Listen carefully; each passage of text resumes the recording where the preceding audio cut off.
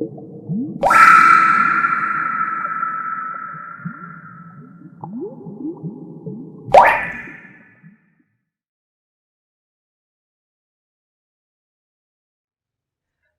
sejenak kita membaca bagaimana kesederhanaan Nabi SAW dalam urusan makan. Di antara kebiasaan Nabi SAW, seusai sholat subuh, beliau tidak langsung pulang. Namun beliau berzikir hingga terbit matahari. Baru setelah itu Nabi SAW pulang dan menemui istrinya. Kita akan simak bagaimana penuturan Ummul Mukminin Aisyah radhiyallahu anha. Beliau pernah menceritakan, suatu ketika Nabi SAW pernah menemuiku. Kemudian beliau bertanya, hal indakum syai'? Apakah kalian memiliki sesuatu untuk sarapan, untuk dimakan? Masya Allah, pertanyaan yang sangat sederhana. Apakah kalian memiliki sesuatu untuk sarapan? Hanya sesuatu, sekalipun sangat sederhana, yang penting bisa untuk sarapan. Ketika Aisyah radhiyallahu anha tidak memiliki makanan untuk sarapan, sang istri dengan jujur mengatakan, tidak ada ya Rasulullah. Coba kita bisa perhatikan bagaimana jawaban suami yang mulia ini. Ketika beliau mendengar tidak ada yang bisa dimakan ya Rasulullah, beliau mengatakan, fa inni idzan shaim. Jika demikian, saya tak puasa saja. Subhanallah. Jawaban yang sangat indah dari seorang suami terbaik di dunia. Ada banyak sekali pelajaran yang bisa kita gali dari dialog sederhana ini. Namun kita hanya akan membatasi untuk masalah pola makan Rasulullah SAW. Kita bisa perhatikan.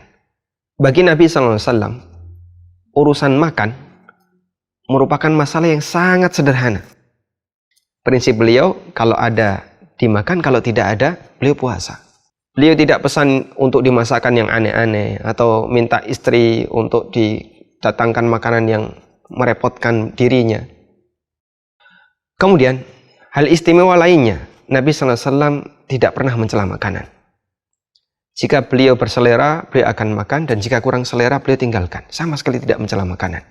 Tidak memberikan komentar untuk makanan. Kita bisa simak bagaimana persaksian Abu Hurairah radhiyallahu anhu. Beliau pernah mengatakan, ma'aban nabiyyu sallallahu alaihi wasallam ta'aman qat. Inishtahahu akalahu wa illa taraka. Rasulullah SAW itu sama sekali tidak pernah mencela makanan. Jika beliau menyukai, beliau akan makan. Dan jika beliau tidak selera, beliau tinggalkan.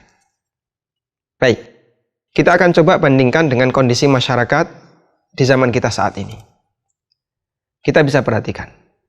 Ketika masyarakat sudah dikendalikan oleh sebuah budaya yang dikenal dengan budaya kuliner, urusan makan itu menjadi sesuatu yang sangat rumit.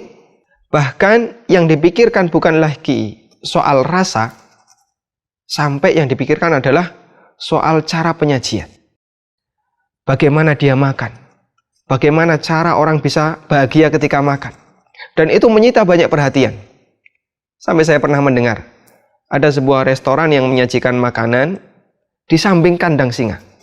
Di samping kandang singa, Masya Allah, la haula wa la quwata illa billah. Hanya untuk mendapatkan kepuasan makan, orang itu harus melakukan yang aneh-aneh.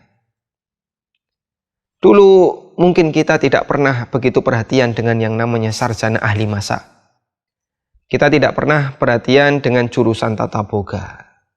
Sekarang Masya Allah, permintaannya luar biasa. Peminatnya banyak sekali. Bahkan menjadi salah satu kebanggaan. Orang itu banyak yang sudah bercita-cita jadi chef, ahli masak. Hingga melupakan ilmu-ilmu yang lainnya yang lebih berharga. Itulah budaya kuliner. Budaya yang telah mempengaruhi banyak manusia menjadi budak bagi pencernaannya. Budaya yang mendidik orang untuk bersikap boros. Budaya yang mengajarkan kita buang-buang waktu hanya untuk satu urusan, yaitu urusan perut. Semoga Allah Subhanahu wa ta'ala menjadikan kita hambanya yang bisa menghargai waktu.